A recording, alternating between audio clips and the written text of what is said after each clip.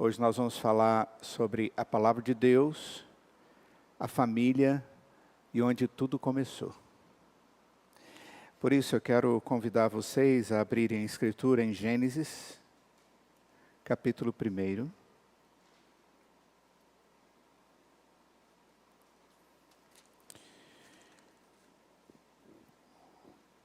Onde nós vamos encontrar no texto Deus falando a respeito da criação. Até o verso de número 25 do capítulo 1, nós encontramos Deus fazendo todas as coisas, construindo, tirando do nada e trazendo à existência. Quando o texto diz faça, essa ideia é de fiat, é de algo que não existia e num momento só as coisas começam a acontecer e acontecem.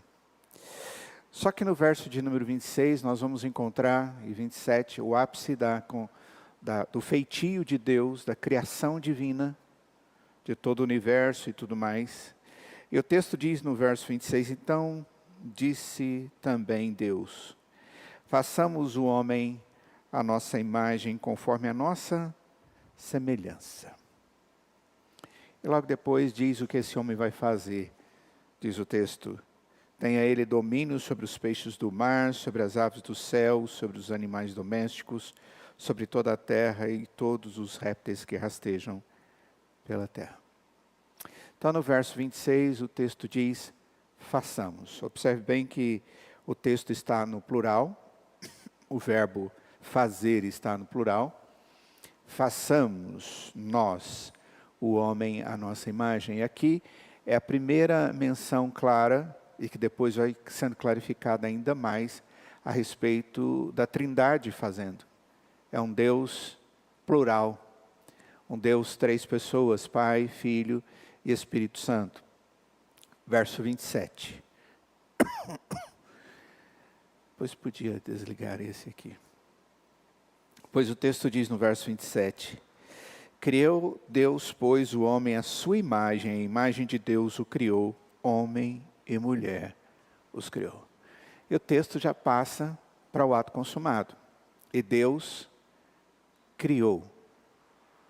Deus teve um propósito, teve uma intenção que foi planejada, executada. E a execução deu como conclusão a criação, o texto diz, homem e mulher os criou, ou ele os criou. E ambos tinham a imagem e semelhança de Deus. Só que quando nós vamos para o capítulo 2, a partir do verso de número 18, o texto fala a respeito da formação da mulher. Então observe bem que no capítulo 1, existe uma informação a respeito da criação do homem e da mulher de uma forma sintética, como se fosse o anúncio de uma mensagem que depois vai ser explicada com mais detalhes. Quando você assiste o jornal, você vê aquelas mensagens iniciais, aqueles destaques, e depois vem a informação com mais detalhes, com imagem, com tudo aquilo. É essa a ideia que a gente encontra no capítulo 1 e capítulo 2. Então diz o texto, disse mais o Senhor Deus, não é bom que o homem esteja só, far-lhe-ei uma auxiliadora que ele seja idônea. Então aqui nós vemos a proposta de Deus. E o verso 19. Havendo, pois, o Senhor Deus formado da terra todos os animais do campo e todas as aves dos céus, trouxe-os ao homem para ver como esse lhe chamaria.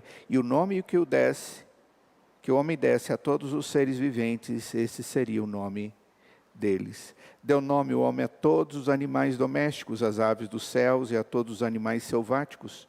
Para o homem, todavia, não se achava uma auxiliadora que lhe fosse idônea. Então o Senhor fez cair pesado sono sobre o homem, e este adormeceu, tomou uma das suas costelas e fechou o lugar com carne. E a costela que o Senhor Deus tomara ao homem, transformou-a numa mulher, e lhe a trouxe. E disse o homem, essa, afinal, é osso dos meus ossos e carne da minha carne. chamar-se-á varoa, porquanto do varão foi tomada. Por isso, deixa o homem pai e mãe, e se une à sua mulher, tornando-se os dois uma só carne. Ora, um e outro, o homem e sua mulher estavam nus, e não se envergonhavam. Vamos orar. Pai Santo, a Tua palavra tem todas as informações necessárias para a nossa vida. Em especial, ó Pai, para a nossa vida que tem significado, sentido. A nossa vida que tem a ver com o dia que nós estamos vivendo hoje e a eternidade na Tua presença. A Tua palavra nos ensina a amá-lo, a reconhecê-lo como Deus único e verdadeiro. A Tua palavra nos ensina que devemos crer em Jesus como nosso Redentor, para que sejamos salvos. A Tua palavra nos ensina, ó Pai, a termos famílias, a honrarmos a família e sermos instrumentos de bênção dentro dos nossos lares. Eu imploro para que esse tempo que vamos falar sobre a relação entre a Tua palavra e a família, o Senhor esteja abençoando-nos individualmente, como também os nossos lares. Faça de nós, ó Pai, instrumento nas Tuas mãos, enriqueça-nos com a Tua bondade, em nome e por amor de Cristo Jesus é que nós oramos. Amém. Ok, queridos, vamos lá para os grandes desafios que esse texto nos traz. Quando eu falo grandes desafios que o texto nos traz, é porque o texto nos traz aquilo que é colocado como ideal de Deus. Esse aqui é o ideal. Deus dizendo, não é bom que o homem esteja só. Far-lhe-ei uma auxiliadora que seja, ou lhe seja, idônea. Isso foi tão bom que Adão, quando vê a Eva formada, tinha acabado de passar por uma cirurgia, viu a Eva,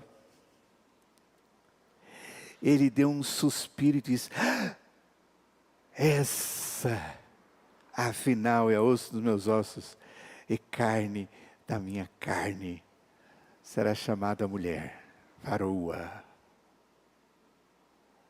É fantástico isso. Tudo que nós encontramos no capítulo 1 e capítulo 2 da Palavra de Deus foi um tempo onde os eventos ocorrem sem a presença de contaminação nenhuma. O capítulo 1 e 2 de Gênesis é aquilo que Deus vai resgatar para nós lá na frente, quando formos para o novo céu e nova terra. Esse ambiente sem pecado, esse ambiente de convívio com Deus. O texto diz que Adão recebia junto com Eva, na viração, no final do dia, o Senhor. Era uma visita especial, coisa fantástica. O Senhor vinha ter com ele. E é exatamente o que nós vamos ter no novo céu e nova terra. Nós vamos ter comunhão com Deus, nós vamos ouvir a palavra de Deus, nós vamos contemplar a glória do Senhor. As escamas dos nossos olhos que não conseguem visualizar nada a respeito do mundo espiritual, nós não vamos ter, e nós vamos ver os anjos do Senhor. Até mesmo na busca nossa, a palavra de Deus diz que os corais de anjos virão junto com Jesus para buscar a sua igreja em adoração, e nós vamos ser recebidos nos céus. Uau! E nós vamos contemplar tudo isso, é algo reservado para nós lá na frente. Adão, de uma certa forma, já experimentava dessa gloriosa comunhão com Deus. O texto não nos traz todas as informações, mas ele traz as informações que são importantes para nós nesse ato inicial, que Deus cria o homem e a mulher e determina a eles a união que forma uma família. De onde vem a ideia de família? Vem do Senhor. O conceito de família é de Deus. E Ele faz com que nós busquemos entendimento nele para viver. Todas as coisas foram afetadas pelo pecado, inclusive a família. Quando eu falo família, o que vocês entendem? É algo interessante, porque conceituar família não é algo tão simples assim nos tempos em que estamos vivendo. Então, vamos precisar, antes de mais nada, definir o que é família. Pastor Jairo, semana passada, falou a respeito disso. Mas eu quero entrar em algumas problemáticas que nós encontramos aqui. O conceito de família, ele vem sofrendo muitas mudanças.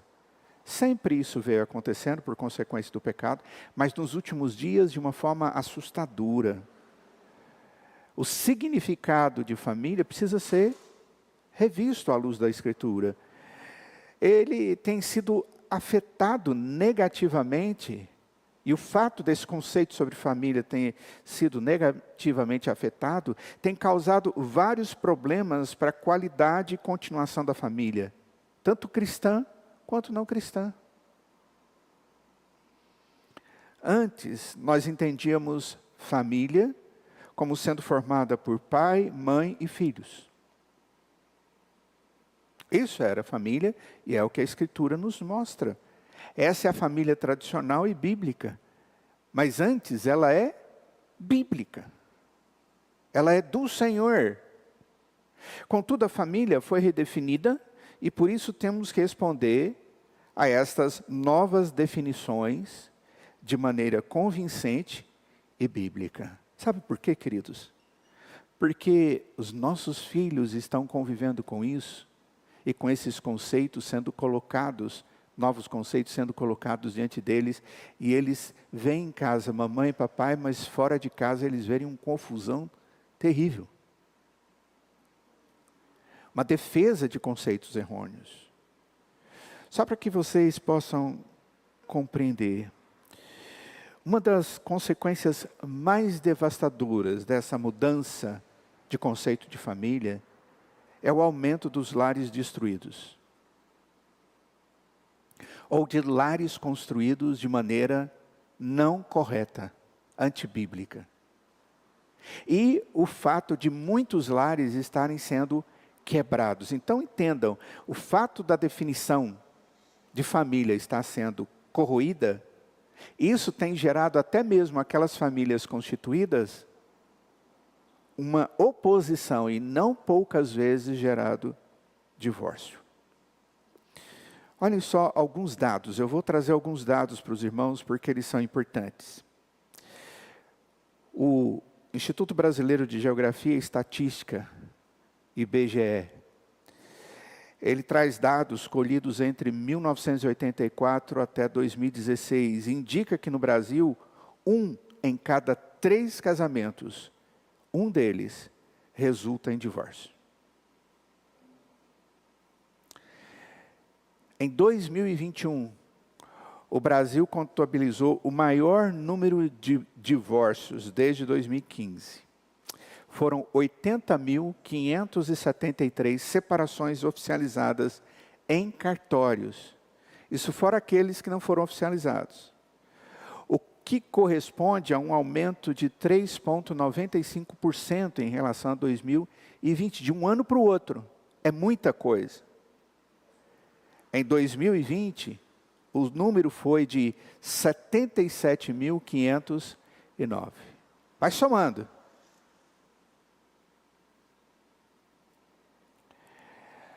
A proporção de casais cristãos que se separam, irmãos, em outra estatística, é a mesma constatada em outros setores da sociedade. Uau! E isso nos assusta. A informação foi divulgada pelo Barna Group, que é um instituto que trabalha com pesquisas e que se dedica a estudar um ambiente cristão e o seu impacto na sociedade. E ele estava colhendo dados para falar a respeito da influência da cultura secular entre os cristãos evangélicos.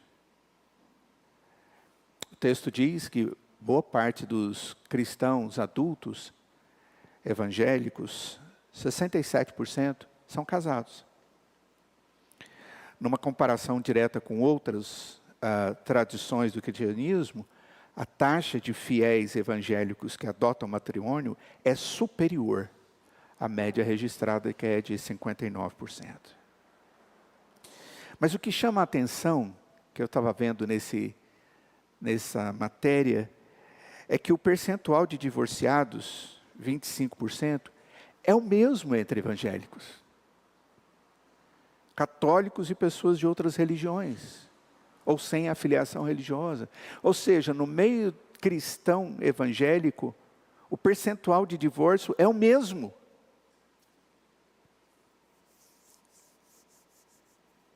Existe outra coisa que me impressiona, que solapa o conceito de família.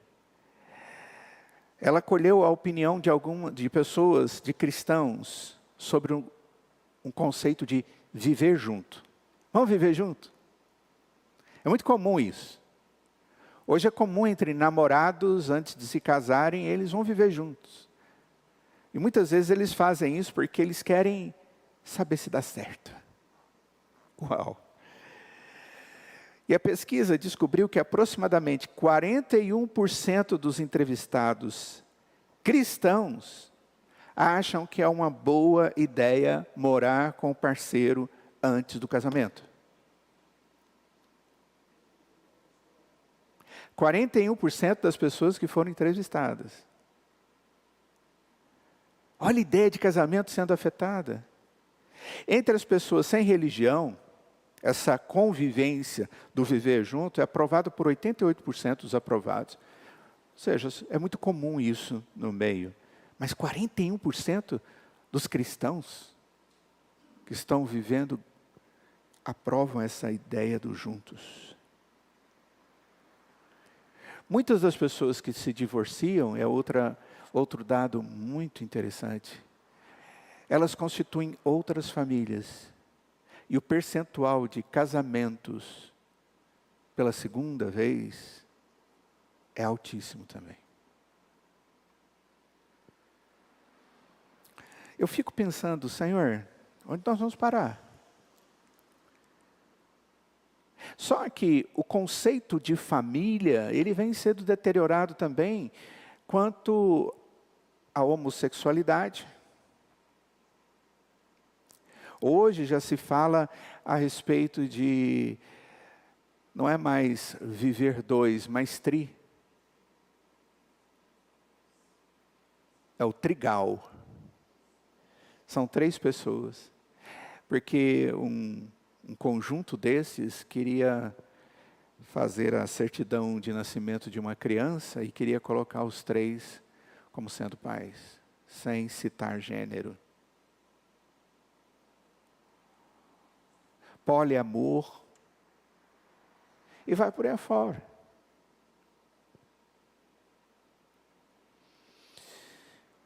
A grande questão, irmãos, é que quando a gente senta para conversar com as pessoas sobre as suas vidas que estão meio adoecidas, seus casamentos estão meio esfacelados, a gente percebe que quando o conceito de Deus não é vivido corretamente, a tristeza vem para o coração.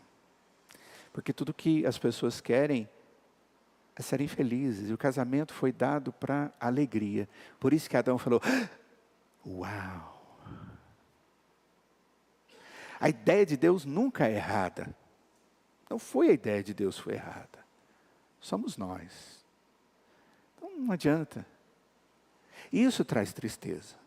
Claro, os filhos querem paz juntos. Os pais casaram para serem felizes juntos. Então, quando as coisas não acontecem, a frustração vem e deposita. Eu tenho conversado com algumas pessoas divorciadas. Eu testemunho de pessoas que investiram suas vidas, suas emoções, os seus sentimentos, a sua energia, a sua expectativa, e se divorciaram. Algumas dessas pessoas dizem que estão sofrendo como se fosse a morte, sem que haja um funeral. E onde o luto é muito doloroso, desgastante e longo. E algumas pessoas dizem, e nunca acaba. O que é família? Por que a família tem vivido, apesar de ser ideia de Deus, situações tão duras? A resposta, queridos, não é porque Deus fez errado. É porque nós, de alguma forma, não estamos entrando dentro do conceito bíblico de família.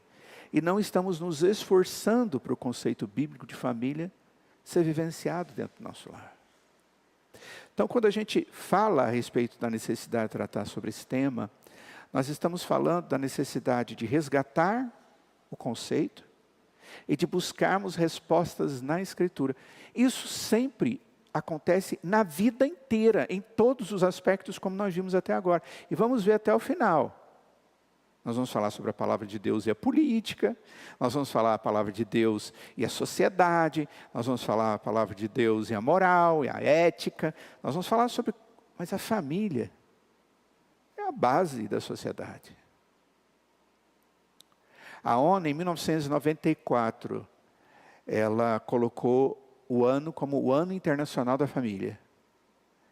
E se você for dar uma olhada nos documentos da ONU a respeito desse assunto, você escandaliza. Você angustia. 1994, já tem eu nem sei quantos anos. Quase 30. 28 anos. É muita coisa. E lá eles já estavam redefinindo família.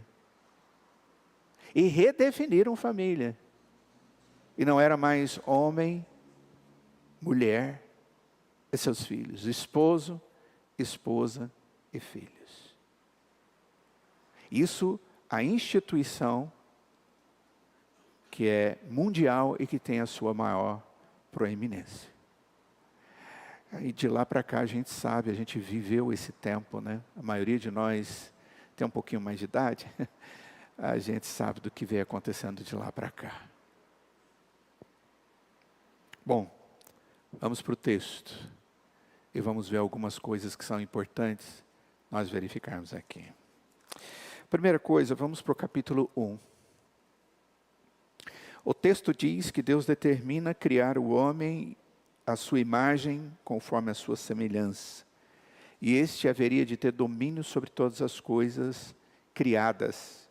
Então, Deus faz tudo e diz, agora, sobre essa criação, o homem vai ter domínio, ele vai ser regente. Nada é maior do que ele vai ser o meu elemento, o meu instrumento para cuidar daquilo que é meu. A ideia aqui é de mordomia, de gerência. Deus pega Adão e vai dizer para Adão, você vai trabalhar, meu querido. E trabalho não vai ser maldição, é bênção. Você vai trabalhar, mas olha, tudo isso aqui, fui eu que criei, hein? Mas você vai ter a honra de ter domínio sobre tudo. Até mesmo de colocar o nome, eu não vou colocar nome, você vai colocar nome. A gente sabe o que o homem fez com tudo isso. E continua fazendo. Depois do pecado. Mas o que nos importa mais aqui é o verso 27, onde o texto diz que Deus criou o homem à sua imagem, a imagem de Deus o criou, homem e mulher os criou. Então a primeira coisa que eu quero que vocês entendam, que eu preciso compreender, um cristão precisa compreender, que quem tem a imagem e a semelhança de Deus é o homem e a mulher. O texto está dizendo aí. Deus criou o homem e a mulher, e ambos criados à imagem e semelhança de Deus. Isso faz diferença total. Em momento algum você vai encontrar na Escritura um conceito que diz que o homem é maior do que a mulher, ou que a mulher é maior do que o homem. A Escritura vai nos mostrar que no ato criacional Deus nos fez semelhantes a Ele, tanto o homem como a mulher. As distinções que existem na vida e na função, até mesmo na forma do corpo do homem e da mulher, não faz com que eles percam aquilo que é chamado de imagem e semelhança de Deus. Não tem a ver com aparência, Essa imagem e semelhança é o fato de Deus ter dado a nós aquilo que Ele não deu para o resto da criação, algo que nos assemelha a Ele. Deus nos deu razão, Deus nos deu sensibilidade, Deus nos deu espírito, Deus nos deu pessoalidade, Deus nos fez ser relacionáveis. Como Ele era eternamente. Antes de Deus criar qualquer coisa, Ele já existia Pai, Filho e Espírito Santo. E eles eram seres pessoais e relacionáveis. E quando Deus nos faz seres pessoais, é para relacionarmos. E aí Ele diz para o homem está ficando só, isso não é bom.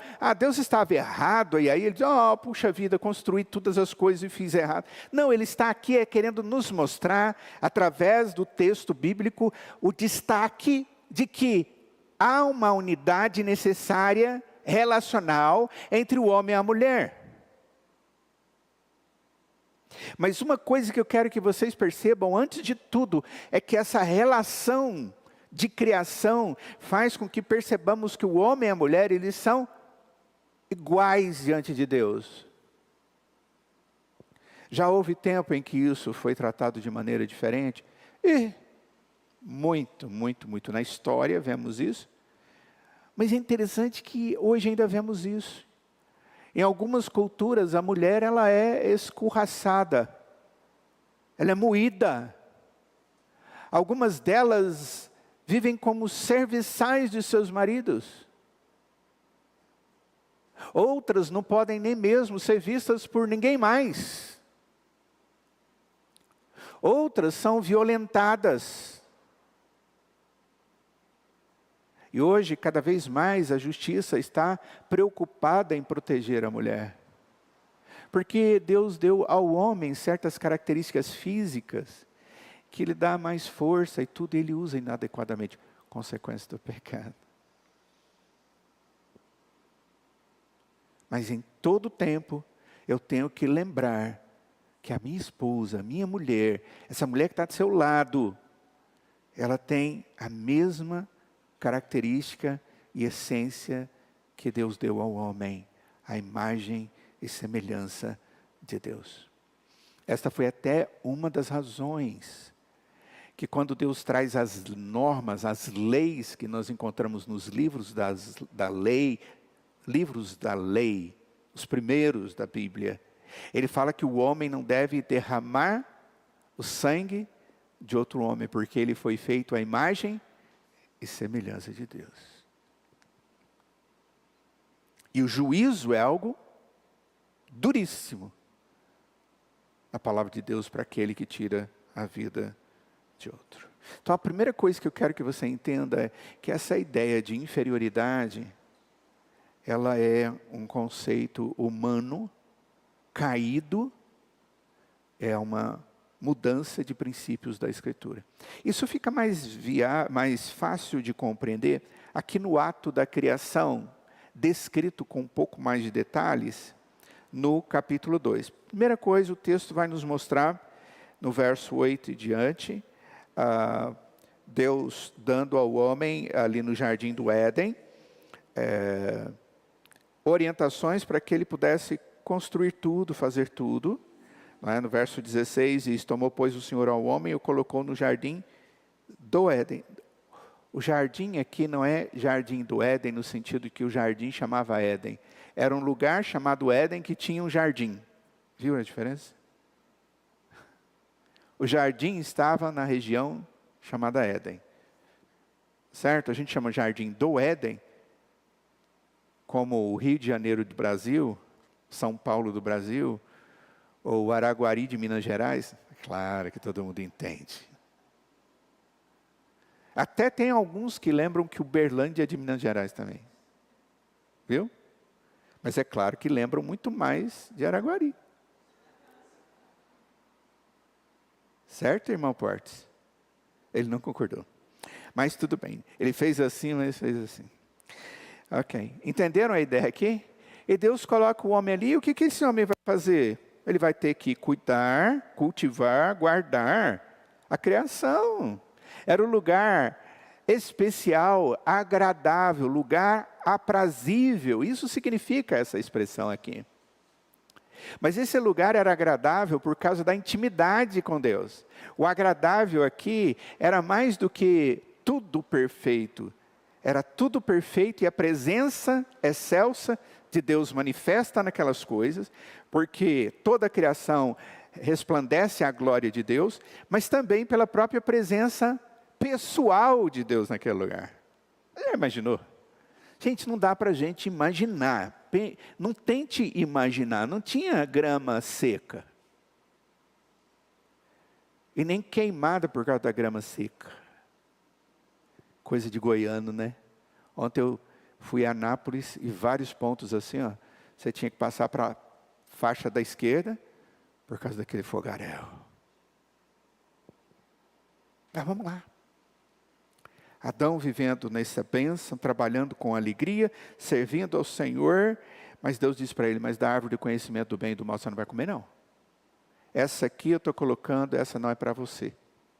E Deus fez uma outra árvore chamada árvore da vida. Não falou nada para ele não comer. Mas disse para ele, é do conhecimento do bem e do mal, come não. Tá? Essa é a minha determinação. Eu tenho um pacto de vida para você. Eu fiz você. Te dei tudo. A criação está aí. Você tem domínio sobre tudo, tanto na água, quanto na terra, quanto nos céus. Você tem domínio sobre tudo. Você é meu corregente. Você é o meu mordomo da terra, do universo criado. Você é esplendoroso. Eu fiz você o máximo. É a minha imagem e semelhança. Mas não coma desse fruto. Esse é o pacto que Deus está fazendo com Adão. É um pacto de obra, um pacto de função. Continue a viver corretamente e tudo vai dar certo. Mas Deus, no verso de número 18, o texto nos mostra como é que aconteceu a criação. Mas a primeira coisa que o texto diz é que não é bom que o homem esteja só. E eu louvo a Deus por isso. Não é? Porque se Deus não tivesse resolvido isso, não tinha Sheilinha. Já pensou coisa terrível? Você está louco? Tem, né? Ele falou misericórdia aqui na frente. E é verdade. Não teria sua esposa, não teria a minha, não teria essas beldades lindas que estão ao nosso lado, não teria Dia das Mães. Não haveria continuação da espécie. Então, não pense que isso era um retalho da obra da criação. Aqui existe simplesmente um destaque do que Deus está querendo mostrar para nós, que a relação entre homem e mulher é importante. Então, o viver com outra pessoa é algo precioso. Nós temos uma filosofia chamada individualismo, é um conceito filosófico. Nesses estudos para casais, eu pretendo dar uma palestra sobre individualismo para os irmãos. Eu tenho essa palestra. É algo que me assustou quando eu fui estudar sobre esse assunto. Hoje, os casais casam para não serem casais. Eles vivem como se fossem pessoas separadas, dentro da mesma casa, tendo tudo separado. Até mesmo as suas atividades, não profissionais, de descanso, de lazer e outras coisas. Nós vivemos o período do individualismo, disso é meu, aquilo é seu. É o meu dinheiro que paga isso, o seu dinheiro paga aquilo. Esse carro é meu, aquele é o seu. Queridos, quando nós casamos, vocês vão perceber que tudo é nosso. Acabou essa história. De onde vem esse conceito? Vem da Escritura. Mas o individualismo que está dentro do contexto atual, ele afeta isso aqui. Não é bom que o homem esteja só. Esse é um princípio relacional básico. Um complementa o outro. Deus vivia assim, num relacionamento santo, de alegria, de amor, de convivência, de dedicação, de responsabilidade. Foi dada a incumbência ao Filho de se encarnar e vir no mundo, e Jesus Cristo veio. Ele veio e cumpriu tudo o que tinha que fazer, cada um dos seus detalhes, daquilo que era dito a respeito dele. Até mesmo colocar vinagre na sua boca estava previsto. A cruz estava previsto. A morte humilhante estava previsto.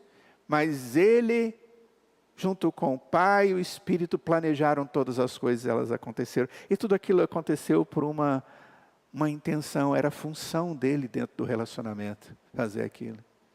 E ele fez. Não é bom estar só, porque o relacionamento, ele traz muitos benefícios. E eu poderia, confesso a vocês, falar só sobre isso aqui. Sobre as bênçãos do relacionamento. Da convivência, do não estar só. Mas hoje não é a minha proposta. E o texto diz que Deus faria uma auxiliadora que lhe fosse idônea. A expressão auxiliadora não é uma expressão difícil da gente compreender, não é verdade? Aquela que ajuda.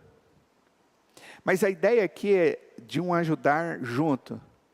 Não é aquela que fica de longe, ou que não sabe do que está acontecendo, ou que é, faz aquilo, como a serva, no sentido negativo da expressão servo. De escravo, maltratada, humilhado. Não tem nada disso aqui. A ideia aqui é de uma auxiliadora idônea, uma pessoa que vai ajudá-lo a fazer aquilo que ele tem que fazer. O que Adão tinha que fazer, lembra? Adão tinha que cuidar da criação, ele tinha que honrar a Deus através do seu trabalho, ele tinha que fazer todas essas coisas corretamente, com alegria, porque ele estava no lugar onde Deus o colocou para comunhão com ele. A sua vida era de alegria, não havia nenhuma dor, nenhuma doença, e ele deveria trabalhar com todo empenho, com toda satisfação. Não tinha espinhos, não tinha pragas, não tinha abrolhos, como diz as Sagradas Escrituras, que vem depois da queda. E o que vai fazer Eva? Vai ajudá-lo em tudo aquilo que ele tinha que fazer. É auxiliadora de quem? É de Adão. Então observa, ela vai ajudá-lo a executar funções. É provável, muito certamente, que algumas delas serão próprias da natureza feminina. Talvez coisas mais delicadas, mais sutis, que exigissem menos força já naquela época, porque eles foram feitos de forma diferente. Mas ela estaria ajudando o seu marido. Contudo, a Escritura, quando fala da mulher virtuosa, em Provérbios capítulo 31, fala a mulher que cinge os seus lombos de força e faz o trabalho da roça, que cultiva, mas que cuida da sua casa, põe roupa de frio nos seus filhos, que faz a comida gostosa, e o seu marido tem alegria nela e chama de ditosa, de feliz. Observe bem, ao mesmo tempo que tem doçura, tem sensibilidade, tem força. E eu confesso que algumas mulheres, elas são fera. E como é bom ver isso. Mas só que ela é auxiliadora idônea. E essa palavra no original, ela significa capaz. Ou seja, ela foi feita com habilidades para ser auxiliadora. O que fosse necessário ser feito, ela estava habilitada. Então Deus não fez essa mulher de qualquer forma. Ela tem a imagem e semelhança de Deus e tem as habilidades para andar com seu marido, auxiliando nas suas responsabilidades diante de Deus. Ou seja, as responsabilidades que caíam sobre eles como família. Eles andavam juntos como família. E Deus fez assim, esse foi o propósito. E a instituição vai ser logo depois. O texto diz que Deus tirou uma costela de Adão depois de ter dado anestesia nele. Não sei como é que foi esse negócio, não. Mas como Deus é Deus, eu creio que foi uma coisa assim, maravilhosa, tranquila, né? Quem já fez cirurgia aqui, que dá aquele remedinho, a gente, sabe? E não vê mais nada depois. Você faz isso também, já, de vez em quando, tem que fazer lá. Aí você dá aquele negocinho, o indivíduo tchau. Eu não posso falar que vai fazer. A hora que fala, vou fazer, eu já puf. Sempre é assim. Mas Deus fez. E não creio que deva ter tido pós-operatório não, viu, Ana? Eu acho que o negócio lá foi, fez, fechou, tudo certinho, milagrosamente, tudo maravilhoso. Fez a mulher. E o Adão olha para ela e diz, uau, essa finalmente. Ele havia procurado entre os outros alguém que lhe fosse igual. Gente, o macaco não foi igual. O chimpanzé não foi igual. Sabe por quê? Porque não é. Se existe uma forçação de barra em cima da ciência, é exatamente essa questão aí. Porque tem a ver com DNA. E a diferença é quilométrica. Não tem como haver distinção, mudança naquilo ali. Mas não vou discutir isso também, porque hoje não é dia para isso. Mas o que me importa é saber que Eva foi tirada do Adão. Eu creio que Eva foi tirada de Adão para que não houvesse aqui a criação de uma outra espécie. Adão era humano. Eva seria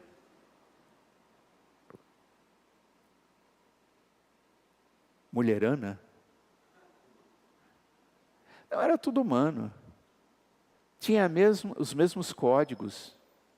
E Deus ali faz a Eva como um ser humano. Essa talvez seja uma das respostas, porque Deus fez assim. Porque foi feito posteriormente. Mas, vamos caminhar. O texto nos mostra que ele gosta, coloca o nome dela de esposa, e essa expressão aqui, ela, quando ele diz varoa, é ser humano, ela é ser humano. E agora vem a definição, a determinação a respeito do casamento. E é assim, por isso, deixa o homem pai e mãe e se une à sua mulher, tornando-se os dois uma só carne. Primeira coisa, deixa o homem pai e mãe. Observe bem, tinha pai e mãe aqui? Não, mas tinha a determinação. No capítulo 4 nós já vamos ver filhos. Depois da queda, e o que nós vamos ver? Complicação, um matando o outro. Não havia filhos ainda, mas já havia determinação. E a determinação é, não vai poder ficar na mesma casa dos seus pais. Você tem que sair, você tem que formar a sua, você tem que... A ideia não é de abandono, mas a ideia aqui é de cortar o cordão umbilical. A partir de agora, vocês tomam decisões. A partir de agora, a responsabilidade é de vocês. Uau! Essa é a ideia. Deixa o homem pai e mãe. Bom, se é o homem que tem que deixar pai e mãe, vocês podem ir casar na casa dos pais da moça. Não é isso? Aqui não fala que deixa a moça também a casa dela, né? Não, gente, é só brincadeira minha. Tem que deixar mesmo. Vai formar sua casa. Certo? Isso aqui é significativo. É até mesmo dolorido para alguns pais. Eu me lembro que a gente brincava com o pastor Jair sobre as meninas desde pequenininhas, sobre casamento. Ele ficava desesperado. A gente dava até um nome para as meninas. Lembra disso? Deus tenha misericórdia. Não fui eu que gerei aquilo, o senhor pode ter certeza. E a questão é, quando um menino, um jovem, vai na sua casa para pedir a sua filha em casamento, aquele marmanjo, com intenções que você fica imaginando, porque você já passou por isso. Ele vai na sua casa e fala assim, sabe aquela menininha, lindinha, bonitinha, que cantou lá na escola para você no dia das mães? Alguém aqui teve essa experiência esses dias? Teve? Quem? Levanta a mão, deixa eu ver. Você teve? Você também? Mais alguém? Que hoje recebeu presente de manhãzinha. Talvez um cafezinho bonitinho, gostoso, diferente. Né? A grande questão é, essa criancinha, essa menininha que usava chuquinha, que você levou no médico, que você cuidou dela, que você ficou todo preocupado, é a minha fofinha, né? E põe no colo, e aquela coisa toda, e ela cresce, e você olha na cama assim, nossa, que tamanho, Deus do céu, está virando mulher. E 10 anos de idade, ela já tem umas manias de adolescente, e você, Deus amado, e vai. Eu fico imaginando umas cacilas na vida. Aí, já imaginou? Eu conheci a Cacila no final da adolescência, era um foguete, eu fico imaginando. E aí chega um rapaz lá, barbudão, como eu disse, você sabe exatamente o que ele quer sua filha. Ele não quer a mão dela, é mentira. Quando ele fala que quer a mão dela, é mentira. Ele quer tudinho. E até agora, papaizinho, você era o cabeça dela, porque você é o cabeça do lar. Você que orienta, você que abençoa, você que deve cuidar, você deve proteger. E naquele dia ele diz, olha, no dia X, eu quero que o Senhor me permita que tudo que o Senhor é para ela, passe para mim. A partir daquele dia, eu vou ser o seu protetor, eu vou ser o seu cabeça, eu vou ser o seu marido, eu vou ter responsabilidade, vou agir com ela e tudo mais. E o Senhor não vai ter mais nada, certo? A não ser a honra que vai ser devida e tudo mais. Mas o meu marido vai ter prioridade sobre a minha vida. É fácil esse troço? Não? Doeu? A Madeline está até fazendo massagem no Jorge. Jorge, não vai ter jeito. Não tem jeito. Mas é uma bênção. Orem para que eles achem alguém para ser uma bênção. Por isso, deixa o homem pai e mãe e se une à sua mulher. A ideia de unir aqui é de união mesmo. A palavra união aqui dá uma conotação de grudar, colar. Passar o grude ou a cola e para permanecer juntos, manter-se juntos, juntar-se. Certo? Essa é a ideia. A ideia de colar. Por isso que nós vamos ver lá na frente o Senhor Jesus dizendo que aquilo que Deus uniu, não separe o homem. Por que é Deus que une? Porque esse conceito é divino. Fui eu que pensei sobre o casamento, porque seria... Que nada, foi Deus que fez isso, determinou isso como bênção. E os dois vão se tornar uma só carne. Isso aqui tem uma implicação sexual, mas como nós vamos ver mais na frente, tem uma implicação geral. A unidade entre marido e mulher envolve tudo, certo?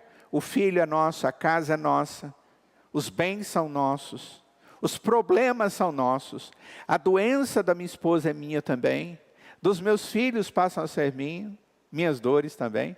E tem hora que a gente gostaria de trazer para a gente as dores que eles têm. Já sentiu isso? Senhor, por que meu filho?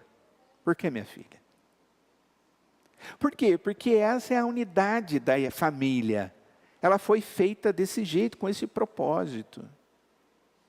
E no verso 25, nós vamos ter algo que é muito importante para nós, e que muitas vezes não é verificado, porque aqui traz-se um conceito. Ora, um e outro, o homem e sua mulher, estavam nus e não se envergonhavam.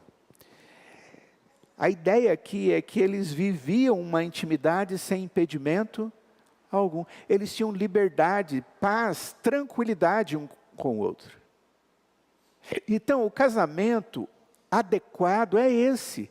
O relacionamento entre o marido e a mulher vivem tranquilos. E isso é expresso na nudez sem vergonha. É estranho isso, mas é verdade. Eu vou mostrar isso para vocês. Estavam nus e não se envergonhavam. Capítulo 3. A partir daí nós vamos ver a tentação de Satanás, através de uma serpente, com Eva, a primeira mulher. E ele a confunde, ele a faz pensar de maneira maliciosa, desejar ser Deus. E o texto diz que essa mulher olhou para aquela árvore, no verso de número 6, e viu que era boa para se comer, agradável aos olhos, e árvore desejável para dar entendimento. E ela tomou do fruto e comeu, e deu também ao marido, e ele comeu. Marido. Então Adão e Eva aqui são um casal. Deus os fez para serem casal. Deu o princípio e eles são casal. Uma unidade. E agora um peca e dá ao outro que recebeu a responsabilidade de ter dominado a situação, que não entra na jogada, mas que depois peca. E ele sabia que não deveria desobedecer a Deus, e o pecado aqui é desobediência. E o verso de número 7 diz que abriram-se então os olhos de ambos e perceberam que estavam nus. E o que acontece com eles? E coseram folhas de figueira e fizeram cintas para si. Eles olharam para o outro e ficaram, uau, escandalizados. Você está nu? E o outro olha, mas eles já estavam, gente, eles não usavam roupa. Eles estavam naturalmente tranquilos. Eles não se envergonhavam. Mas quando o pecado veio e entrou, e o pecado aqui não é sexual, é um pecado da desobediência de um princípio de Deus, de uma regra da aliança e do pacto do homem com Deus e de Deus com o homem. Eu vou abençoar, fiz tudo para que você cuide, eu sou o seu Senhor, eu vou te abençoar todos os dias, estarei com você todos os dias, em todos os momentos. E esse homem é que quebra o princípio, ele deliberadamente pecou, ele desobedeceu. A primeira coisa que aconteceu foi que eles perceberam o seu pecado através da nudez. É difícil a gente falar muito a respeito do significado disso. Coseram folhas de figueira e fizeram cintas para si.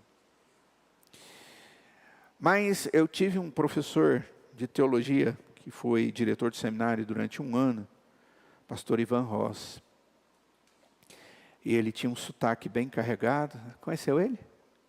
Não? E ele foi pastor lá no Pedro Ludovico durante um tempo. Pedro Ludovico não, é outra igreja. E ali ele, falando a respeito desse texto, ele diz, olha, eu acho que poderia ser o seguinte, os órgãos sexuais, eles foram dados por Deus ou criados por Deus para gerar vida. Como o pecado trouxe morte, eles começaram a ter vergonha daquilo que gerava vida.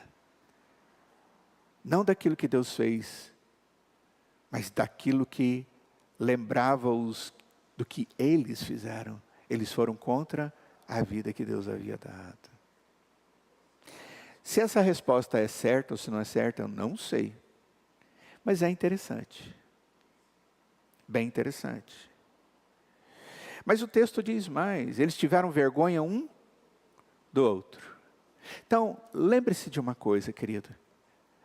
Qualquer pecado traz vergonha para o casamento. Qualquer pecado traz tristeza para o relacionamento. Sabe por quê? Porque vocês são um só. E não é só pecado sexual, esse também. Quando eu faço alguma coisa de errado, eu estou trazendo vergonha para minha esposa.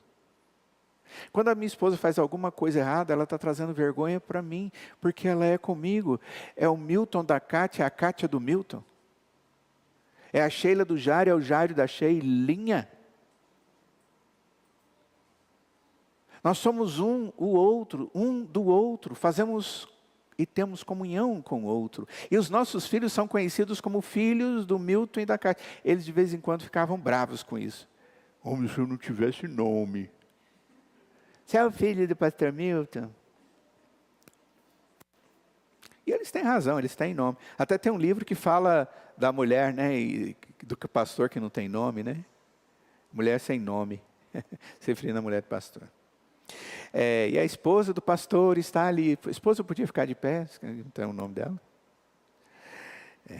Mas aqui o que a gente percebe é que um traz consigo tudo que de bom eu vivo e sou, mas traz consigo tudo de ruim que fez e que é. Como é triste quando a gente conversa com jovens e adolescentes no gabinete pastoral, não que é ruim falar com eles, mas quando eles trazem um problema, um tipo de problema, eles têm vergonha dos seus pais. Porque de alguma forma os seus pais estão fazendo alguma coisa errada ou ruim. Minha mãe age assim, meu pai age assado.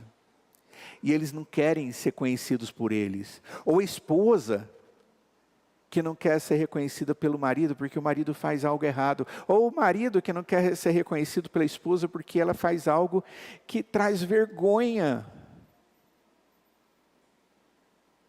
O pecado traz consequências. Traz disfunção à família. Qual pecado? Todo. Então cuidado, porque qualquer coisa que você faz de errado, isso vai prejudicar a sua casa. Observe, é imediato. É na hora. Não demorou nada. Simplesmente veio e comprometeu. A gente pensa que o pecado fica oculto a nós ou às outras pessoas e pode às vezes nunca ser descoberto. Mas para Deus não. E isso vai trazer consequências. E uma delas é a consciência.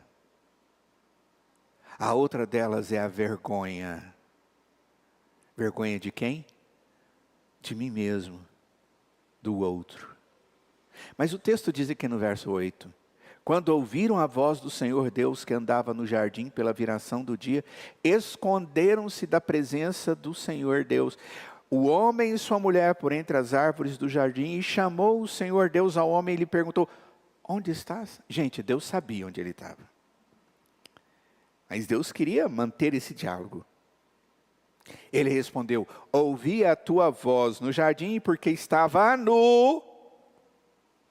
Aquilo que aponta o meu erro, eu tive medo e me escondi. Ele teve medo de Deus e fugiu da presença de Deus. Quando nós pecamos, nós temos medo de Deus, do juízo de Deus. Porque Deus havia dito: olha, não coma, porque no dia em que dela comerdes, certamente, não é mais ou menos, quem sabe você pode morrer, cuidado, você vai ficar machucadinho. Deus não disse isso, ele diz: certamente morrerás. Havia juízo determinado, e ele ficou com medo de quê? De Deus e do juízo, de tudo aquilo que tinha a ver com relacionamento com Deus. Era vida, agora é morte. Era alegria, tudo de bom, agora eu nem sei que tamanho que é esse negócio do juízo de Deus. E essa morte é física, emocional, espiritual, ela é tudo. E eu fugi da presença de Deus. Eu fico vendo algumas pessoas fugindo da presença de Deus por causa dos seus pecados. Foge da presença de Deus de várias maneiras. Para de ler a Bíblia. Para de orar. Para de fazer as coisas cristãs e começa a fazer coisa mais errada ainda. Um abismo traz outro abismo. Igreja começa a faltar. E começa a faltar. E começa a faltar, tudo vergonha. Eu estou fugindo de Deus. Querido, Deus não é assim que Ele quer tratar a família. Mas o que eu estou querendo mostrar para vocês é que a família é a ideia de Deus. O que trouxe comprometimento para a família foi o pecado. E o pecado quem comete são os homens. E quem perdoa o pecado do homem é Deus. No verso de número 15, o texto diz que na conversa com a serpente, Deus diz: porém inimizade entre ti e a mulher, entre a tua descendência e o seu descendente, este te ferirá a cabeça e tu lhe ferirás o calcanhar. Essas são as palavras de Deus de juízo. Mas aqui é um juízo minorado, diminuído. Ele diz: olha, você vai até machucar o filho da mulher, que aqui aponta para Cristo Jesus, mas ele vai te destruir. E foi o que Jesus Cristo fez na cruz. E 3 dias depois, saindo da morte, ele destruiu o poder do próprio Satanás. E é assim que Deus nos trata. Família, queridos, é algo que Deus fez para vivermos em harmonia, na medida em que vivemos sendo obedientes, observadores, sinceros, para com os ensinamentos de Deus. Eu tenho que ouvir a palavra de Deus e dizer: Senhor, louvado seja o Senhor. É muita coisa, Pai, eu não dou conta disso. E o Senhor vai te abençoar e vai te qualificar para isso. Senhor, eu não consigo ser mulher submissa. Porque também não entende o que é submissa, né? Entende que é um capacho? Não é não. A ideia de submissão é aquela que trabalha está com a mesma função é aquela que está me ajudando de forma capacitada por Deus. Que trabalha junto no time chamado família. Milton Rodrigues. Eu tenho a minha família com a Kátia. Ela tem meu nome, Kátia Rodrigues. A Thaís tem meu nome, Thaís Rodrigues. O Hugo tem o meu nome, Hugo Rodrigues. Nós somos a família Rodrigues. Quando eu vivo a verdade de Deus, queridos, Deus me usa dentro do meu lar. Você quer transformar seu marido, você quer abençoar seu filho, a sua esposa, você quer abençoar os seus pais, porque eles precisam aprender coisas. Deixa eu dizer algo para você: o caminho das pedras, e o caminho das pedras é: seja um crente de verdade. Seja aquele abençoado por Deus que teve os pecados tratados na cruz e que está sendo santificado pelo Espírito, e viva como um servo abençoado e santificado dentro do seu lar, aonde você estiver, a ponto que as pessoas olham para nós, onde a gente está, e dizem: esse é servo de Deus, esse é diferente. E olha para a nossa família e diz: olha como esse homem, como essa mulher, como esse filho faz diferença dentro da sua casa.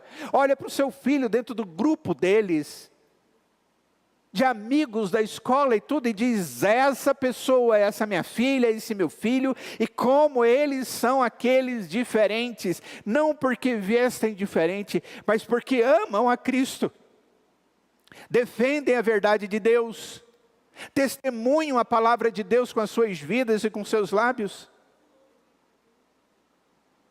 Essa é uma família funcional, que dá certo. A família disfuncional é aquela que vive sobre a consequência do pecado e pecando mais ainda. Tem jeito da minha família dar certo? Tem. Eu posso começar a ser um instrumento de transformação da minha família? Pode.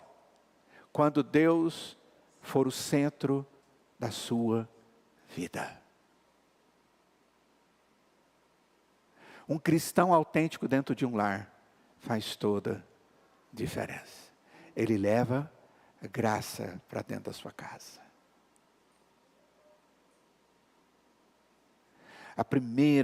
A ideia, onde tudo começou? Começou lá no início, na criação. Família não é um conceito de hoje, é o conceito de Deus. É homem, mulher e seus filhos. Foi para que haja alegria e adoração a Deus. Essa afinal é lugar onde nós temos liberdade, alegria, paz, tranquilidade, disposição, e nós vivemos juntos e trabalhamos juntos para alcançar os propósitos de Deus nas nossas vidas e através das nossas vidas juntos. Se alguma coisa está dando errado, irmãos, não é por causa de Deus. Se esses conceitos que eu falei de família que estão por aí, estão aparecendo, estão crescendo, e essas famílias totalmente fora dos padrões de Deus, é por causa do pecado. Não existe outra explicação. E quem para de pecar? É o cristão.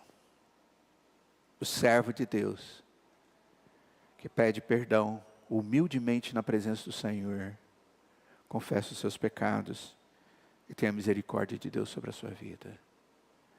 E é aquele que passa a ouvir a palavra de Deus com os ouvidos da disposição e que depende do Espírito para habilitá-lo a viver coisas difíceis. Viver em família, no meio de pecadores, sendo eu um deles, não é fácil não, gente. Nós somos egoístas, gananciosos, tendenciosos, vaidosos. Desejamos ter briga de poder dentro de casa e vai por aí fora. Tudo é muito difícil.